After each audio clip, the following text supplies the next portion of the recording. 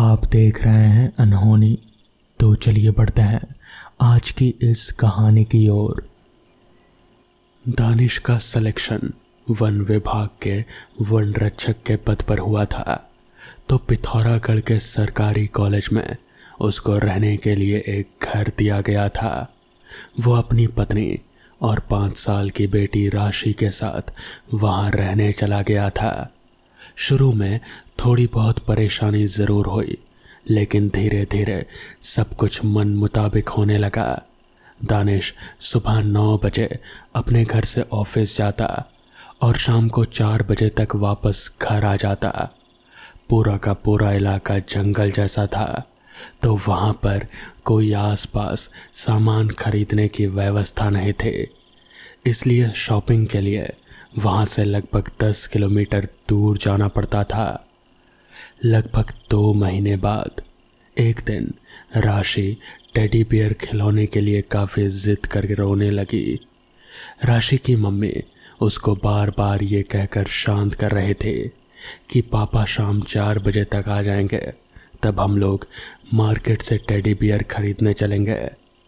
राशि की मम्मी राशि को बहला फुसला कर घर के बाहर टहल रहे थे, लेकिन फिर भी राशि जिद कर ही जा रहे थे। तभी एक आदमी जिसके गले पर एक काला निशान बना हुआ था, वो सामने की तरफ से पैदल जा ही रहा था। राशि के रोने की आवाज़ सुनकर वो रुककर उसे बड़े गौर से देखने लगा और काफ़ी देर तक उसको देखता ही रहा। फिर थोड़ा भावुक होकर राशि की मम्मी को आवाज़ देते हुए बोला, मैडम मैडम। राशि की मम्मी उसकी बात को सुनकर उसके पास जाते हुए कहती है, जी कहिए। वो आदमी हाथ जोड़कर कहता है, जी मैडम, आप लोग यहाँ पर नए मालूम पड़ते हैं। आपकी बच्ची काफ़ी रो रही है, क्या मैं आपके लिए कुछ काम कर सकता हूँ? राशि की मम्मी थोड़ा अजीब नज़रों से उसे देखते हुए कहती है, देखिए भाई साहब, मैं आपको नहीं जानती, मुझे माफ़ करिएगा। इतना सुनते ही वो आदमी निवेदन वाले भाव से कहता है, मैडम मेरा घर यहीं सामने ही है, देखिए। इशारा करते हुए वो दिखाता है, मैं खिलौने वाला हूँ। खिलौने वाला मतलब मैं खिलौना बनाकर बेचता हूँ। इतना सुनते ही राशि की मम्मी बहुत खुश होकर कहती है, क्या आपके पास टेडी बियर है? वो आदमी मुस्कुराते हुए कहता है, जी जी है ना, मैं अभी लेकर आता हूँ। इतना कहते ही आदमी दौड़ते हुए अपने घर की तरफ जाता है और देखते ही देखते वो एक बहुत सुंदर सा और बड़ा सा टेडी बियर लेकर वहाँ पहुँच जाता है और राशि को देते हुए राशि को देखकर थोड़ा सा दुलार भी करता है। राशि की मम्मी उसे पैसा देने लगती है, तो वो भड़कते हुए कहता है, मैडम आप मुझे शर्मिंदा ना करें, मैं भी एक पिता के जैसा ही तो हूँ। इतना कहते ही उसकी आंखें भर आती हैं।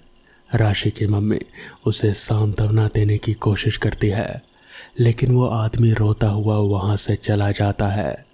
ये सब देखकर राशि की मम्मी बहुत दुखी होती है, लेकिन इन सब से अनजान राशि उस टेडी बियर को पाकर उसके साथ खेलने लगती है।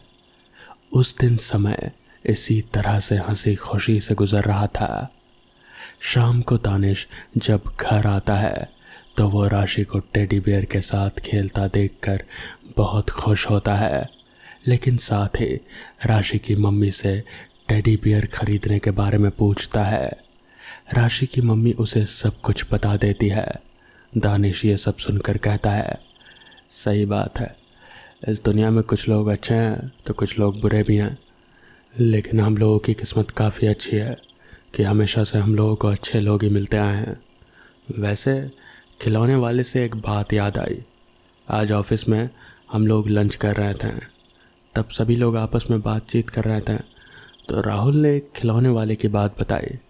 वो खिलौने वाला यहीं पास ही में रहता था, बच्चों से उसे बड़ा लगाव था, इसलिए वो खिलौने वाला खिलौना बनाकर बच्चों को बेचता था। उसकी कभी कोई ख़ास मांग किसी से नहीं थी, जो जितना भी पैसा देता वो हंसी खुशी ले लेता, और अगर किसी के पास पैसा नहीं होता तो वो उसे फ्री में भी दे देता। उसका इस कारोबार में कुछ खास फ़ायदा तो नहीं होता, लेकिन उसे खुशी और सुकून भरपूर मिलता था और उसका गुजारा भी जैसे तैसे चल रहा था। लेकिन कुछ दिन बाद ही उसकी मौत हो गई। ये सब सुनते ही राशि की मम्मी कहती है, तो क्या उसके घर में कोई और नहीं था? दानिश एक गहरी सांस छोड़ने के बाद कहता है, उसके माँ बाप थोड़ा पहले बीमारी से जूझने के बाद गुजर गए थे और उसकी पत्नी जो कि प्रेग्नेंट थी वो भी असमय मारी गई, जिसके कारण उनका बच्चा और उनकी पत्नी के साथ ही मर गया। वो काफ़ी समय तक इस सदमे से उभर नहीं पाया, तो खुशी और सुकून की तलाश में वो खिलौने वाला बन गया। फिर एक दिन वो भी मर ही गया। राशि की मम्मी कुछ गहरे विचारों में डूबते हुए कहती है, आज जो खिलौने वाला आया था वो भी अच्छा था, उसने भी पैसे नहीं लिए। क्यों ना हम लोग उनके घर कुछ खाने का सामान लेकर चलते हैं, उन्हें देकर आते हैं। दानिश अपनी पत्नी की बात सुनकर सहमति में अपना सिर हिलाते हुए कहता है, हाँ ठीक है, आओ चले फिर। अभी तो शाम के 5 बजने वाले ही हैं, थोड़ी देर में हम लोग लौट आएंगे।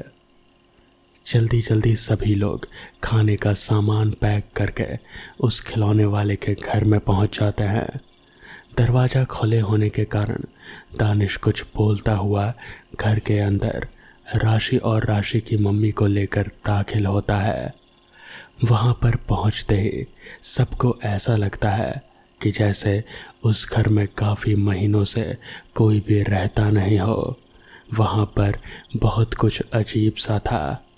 थोड़ा अंदर जाते ही उन सब की नज़र अचानक से एक बूढ़े आदमी और एक बूढ़ी महिला पर पड़ी, जो बीमारी की हालत में लेटे हुए थे।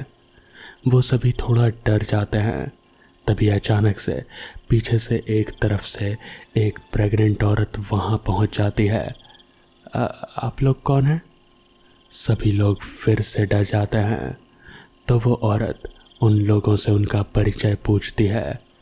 इतने में वो खिलौने वाला अचानक से सामने आ जाता है और राशि को दुलार करने लगता है। राशि की मम्मी खाने का सामान उन्हें देते हुए कहती है, आप लोग बहुत अच्छे हैं, और वैसे भी हम लोग ज़्यादा दूर तो नहीं रहते हैं, इसलिए अगर कभी कोई दिक्कत हो तो बेझिझक आप हम लोगों से कह सकते हैं। इतना सुनते ही वो खिलौने वाला और उसकी पत्नी हाथ जोड़कर सबका अभिवादन करते हुए बैठने को कहते हैं। लेकिन दानिश मुस्कुराते हुए कहता है, अब आज रहने दीजिए, संडे के दिन मेरी छुट्टी रहेगी, तब आराम से बैठकर बात करेंगे। इतना कहते ही मुस्कुराते हुए सभी को लेकर दानिश वहाँ से निकल जाता है। अपने घर वो पहुँचने वाला ही होता है, तभी मोटरसाइकिल से राहुल वहाँ पहुँच जाता है। अरे सर, आप लोग यहाँ क्या कर रहे हैं? तुम यहाँ क्या कर रहे हो राहुल? सर मैं तो मार्केट गया था, बस वहीं से आ रहा हूँ। लेकिन आप लोग यहाँ? अरे यार वो कुछ नहीं, बस आज राशि एक टेडी बियर ख़रीदने की ज़िद कर रही थी, तो खिलौने वाले ने आकर इसे एक टेडी बियर दे दिया और कुछ पैसे भी नहीं लिए, तो वही उसी के घर गया था, उसी से मिलने। बहुत ही अच्छे लोग हैं। इस पर राहुल बड़े ही आश्चर्य से पूछता है, अच्छा सर, उनका घर कहाँ पर है? हाथ से इशारा कहते हुए दानिश कहता है, वो रहा, बूढ़े माता पिता, एक प्रेग्नेंट वाइफ और एक खिलौने वाला, यही ना? तो इस पर दानिश कहता है, हाँ हाँ, ऐसा मतलब तुम भी उन्हें जानते हो? तो इस पर राहुल घबराते हुए कहता है, सर मैं उन्हीं की बात तो आज बता रहा था, वो सब मर चुके हैं। इस पर दानिश राहुल की ओर सदमे से देखता है, मगर ऐसा कैसे हो सकता है, अभी तो हम लोग उनसे मिलकर आ रहे हैं। जिसके बाद दानिश वापस से उनके घर जाता है राहुल के साथ, मगर अब वहाँ पर कोई भी नहीं था। पूरे घर में धूल जमी पड़ी थी, मानो वहाँ कई महीनों से कोई नहीं रहता हो। उस दिन के बाद से वो खिलौने वाला और उसका परिवार कभी किसी को नजर नहीं आया। तो दोस्तों, ये थी आज की पहली कहानी। तो चलिए बढ़ते हैं आज की दूसरी कहानी की ओर।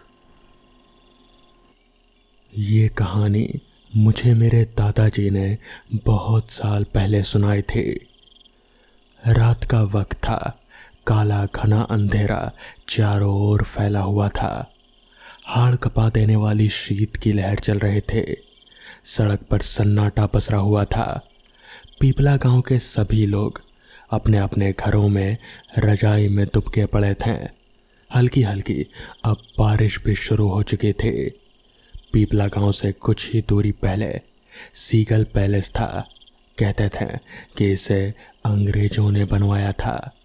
सीगल पैलेस के आसपास शमशान घाट और जंगलों के अलावा कुछ भी नहीं था। राकेश अपनी दोस्त की शादी से अपने गांव बाइक से लौट रहा था कि अचानक सीगल पैलेस के पास उसकी बाइक खराब हो गई। राकेश ने जब आसमान की तरफ नज़र दौड़ाई तो उसे एक भी तारा नज़र नहीं आया। उसने आसपास नज़र घुमाकर जब देखा तो सिवाय अंधकार के उसे कुछ भी नहीं दिखा। उसने मन ही मन कहा, कहाँ फंस गया मैं, अब इस बाइक का क्या करूं? ठंड भी बढ़ गई है और हल्की फुल्की बारिश भी हो रही है। उसने जब घड़ी पर नज़र डाली तो घड़ी में रात के 2 बज रहे थे। अचानक राकेश की नज़र सीगल पैलेस के खिड़की पर पड़ी। उसे वहाँ पर रोशनी सी नज़र आई, जैसे कि वहाँ पर आग जल रही हो। इतनी रात का यहाँ पर कौन हो सकता है? यहाँ तो कोई नहीं आता। हो सकता है मेरी तरह कोई रास्ते में फंस गया हो और सर्दी की वजह से कुछ लकड़ियाँ जला ली हो। ये कहता हुआ राकेश अपनी बाइक को वहीं खड़ी करके सीगल पैलेस की तरफ चल दिया। राकेश जैसे ही सीगल पैलेस के अंदर पहुंचा तो उसने देखा कि एक व्यक्ति आंखें बंद किया हुआ बहुत ही धीमी आवाज में कोई मंत्र पढ़ रहा था। उस व्यक्ति ने अपने चारों तरफ से लाल रंग का घेरा बना रखा था। मंत्र पढ़ते पढ़ते बीच बीच में वो आग के ऊपर कुछ फेंक भी रहा था। उसके चेहरे पर एक अजीब सी शैतानियत सवार थी। उस व्यक्ति को देखकर उसे अपनी आंखों पर यकीन नहीं हुआ। उससे रहा नहीं गया और उसने चीख कर कहा, ये आप क्या कर रहे हैं? आपसे मना किया था ना, उसके बावजूद भी आप अपनी हरकतों से बाज नहीं आए। आप जानते हो ना कि इस हरकत से सर्वनाश हो सकता है। आप अपने गंदे और घिनौने मकसद के लिए ये जगह आपने चुनी। किसी को भी इस पर शक नहीं होगा। कौन सोच सकता है कि सीगल पैलेस के अंदर कोई इस घिनौने काम को कर रहा है? इतना बोलकर राकेश गुस्से से उस घेरे के अंदर घुस तंत्र साधना में लीन उस व्यक्ति से अचानक आंखें खोल ली। उसकी आंखों से लाल लाल दहकते अंगारे से निकल रहे थे और उसका चेहरा किसी पिशाच से कम नहीं लग रहा था।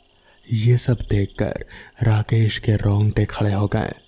उस व्यक्ति ने चिल्लाकर राकेश को कहा, बेवकूफ़, ये तूने क्या कर दिया?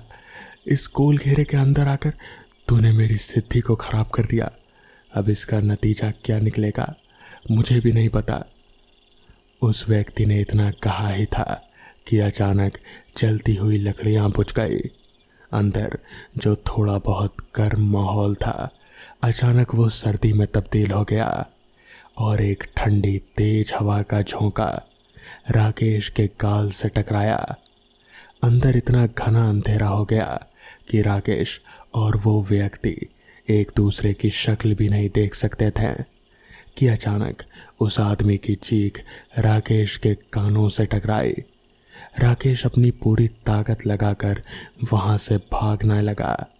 वो सीगल पैलेस के बाहर पहुंचा ही था कि अचानक उसने बाहर किसी को खड़ा हुआ पाया। आसमान अब बिल्कुल साफ हो चुका था। तारे निकल रहे थे। चांद अपने पूरे शबाब पर था।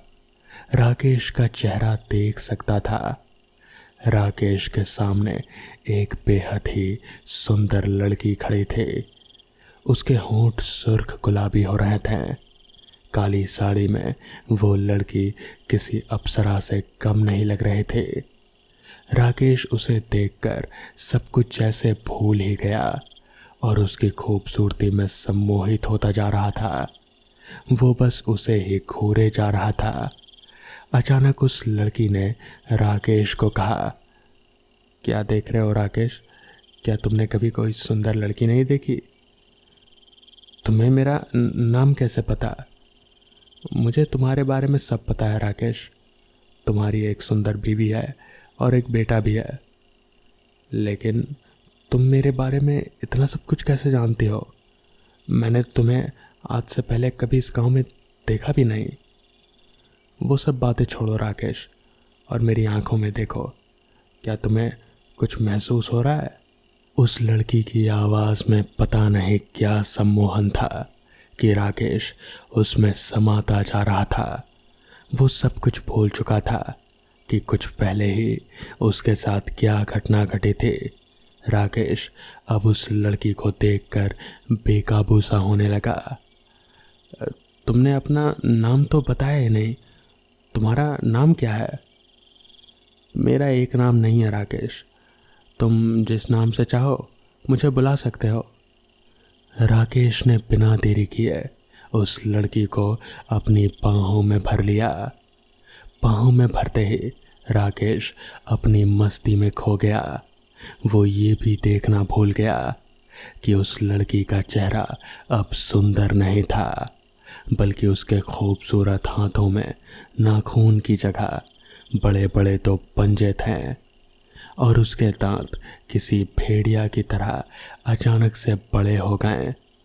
देखते ही देखते उस लड़की ने अपने दांत राकेश के गर्दन में गाड़ दिए और राकेश के दिल दहला देने वाली चीख पूरे सन्नाटे में गूंज गई।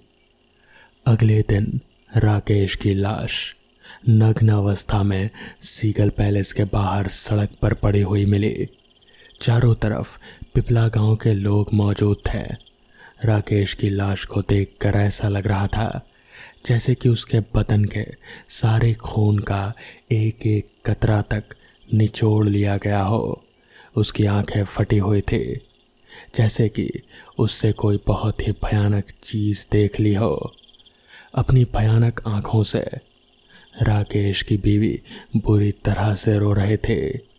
गांव के मुखिया ने तांत्रिक भैरवनाथ को यहाँ पर बुलवाया था। भैरवनाथ ने जैसे ही राकेश को देखा वो पूरी तरह से चीखने लगा, अनर्थ, घोर अनर्थ, यह अनर्थ है, ये कैसे संभव हो सकता है? तो इस पर गांव का मुखिया बोला, ये कैसी बातें कर रहे हैं आप? कैसा अनर्थ बाबा? नादान, ये तुझे राकेश की लाश नहीं देख रही है? इसके शरीर का एक भी खून का कतरा भी चूसा गया है। तुझे नहीं पता कि इसके साथ क्या हुआ?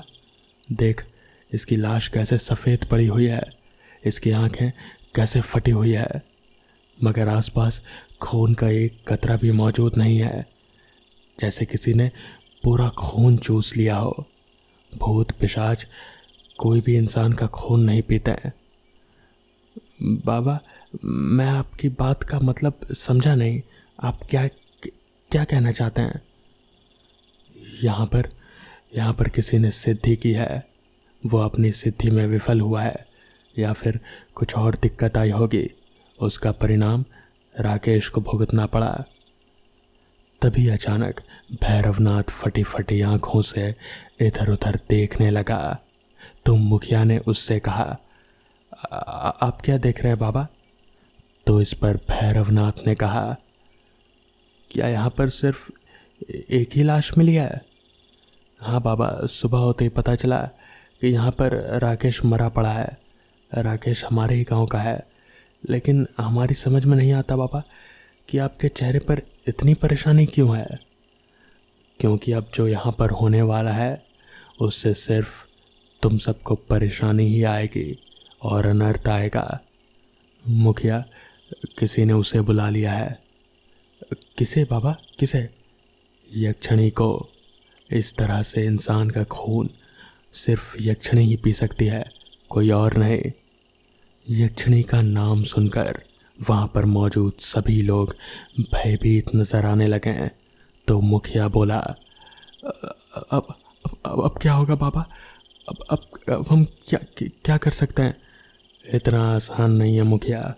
यक्षिणी को जिसने बुलाया है वही उसे वापस भेज सकता है।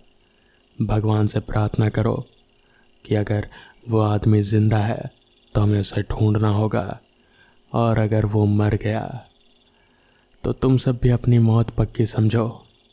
यहाँ पर मुझे और कोई चारा नज़र नहीं आ रहा। पर बाबा, आप इतने सिद्ध पुरुष हैं, आप क्या आप उस यक्षिणी को काबू में नहीं कर सकते हैं? ये कोई मजाक नहीं है मुखिया। तुम्हें यक्षिणी की ताकत का कोई अंदाजा भी नहीं है। एक यक्षिणियाँ कई प्रकार की हो सकती हैं, मगर राकेश की लाश को देखकर मैंने अंदाज़ा लगा लिया कि ये यक्षिणी बहुत ही शक्तिशाली है और ये कुछ भी कर सकती है। हो सकता है कि वो यहीं पर अभी मौजूद हो, किसी और की शक्ल में।